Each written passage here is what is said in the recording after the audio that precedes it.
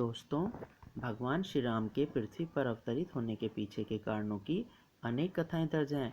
उन्हीं में से एक कथा है। पुराणों में मनुष्य को सृष्टि का पहला पुरुष कहा जाता है। मनु और उनकी पत्नी शत्रुपा सदाचारी धर्म का पालन करने वाले एवं ईश्वर भक्त थे। अनेक वर्षों तक राज्य करने के बाद राजा मनु ने महसूस किया कि राज्य के कार्यों और घर गृहस्थी की जिम्मेदारियों के बीच न तो उनकी मोहमाया नष्ट हो रही है और न ही उन्हें भक्ति के लिए उचित समय मिल पा रहा है। इसी तरह संसार में फंसे रहते हुए बुढ़ापा आ चुका है। यदि अभी भी भक्ति न की तो यह जीवन ऐसे ही व्यर्थ चला जाएगा। तो क्यों न अब राजपाट की जिम्मेदारी पुत्रों को सौंपकर संन्यास धर्म का पालन किया जाए और शेष जीवन प्रभु की भक्ति में बिताया जाए।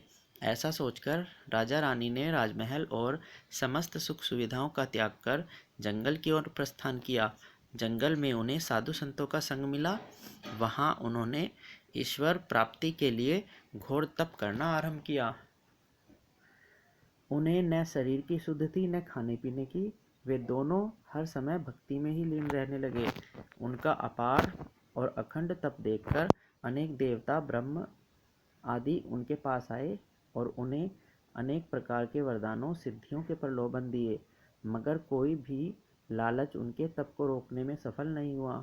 अंत में भगवान विष्णु उन पर प्रसन्न हुए और उन्हें अपने वास्तविक स्वरूप के दर्शन दिए।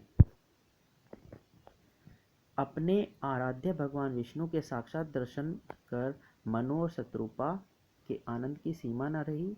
वे दोनों सब कुछ भूलकर भगवान के चरणों में गिर पड़े। प्रभु ने उन्हें प्रेम से उठाया और बोले, मैं तुम्हारी सच्ची भक्ति से बहुत प्रसन्न हूँ। मांगो, क्या वर मांगते हो।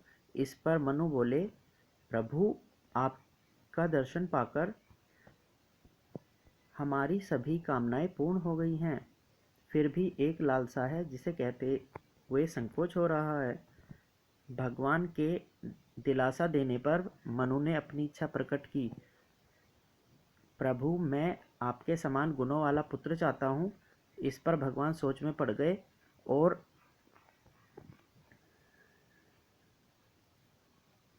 अपने समान गुणों वाला कोई दूसरा कहाँ से लाऊं, क्योंकि वे तो अद्वितीय हैं और उनके जैसा तो कोई है ही नहीं। ऐसा विचार कर भगवान ने मनु को वरदान दिया, मैं तुम्हारी यह इच्छा अवश्य पूरी करूँगा। तुम्हारे अगले जन्म में मैं स्वयं तुम दोनों के पुत्र के रूप में जन्म लूँगा।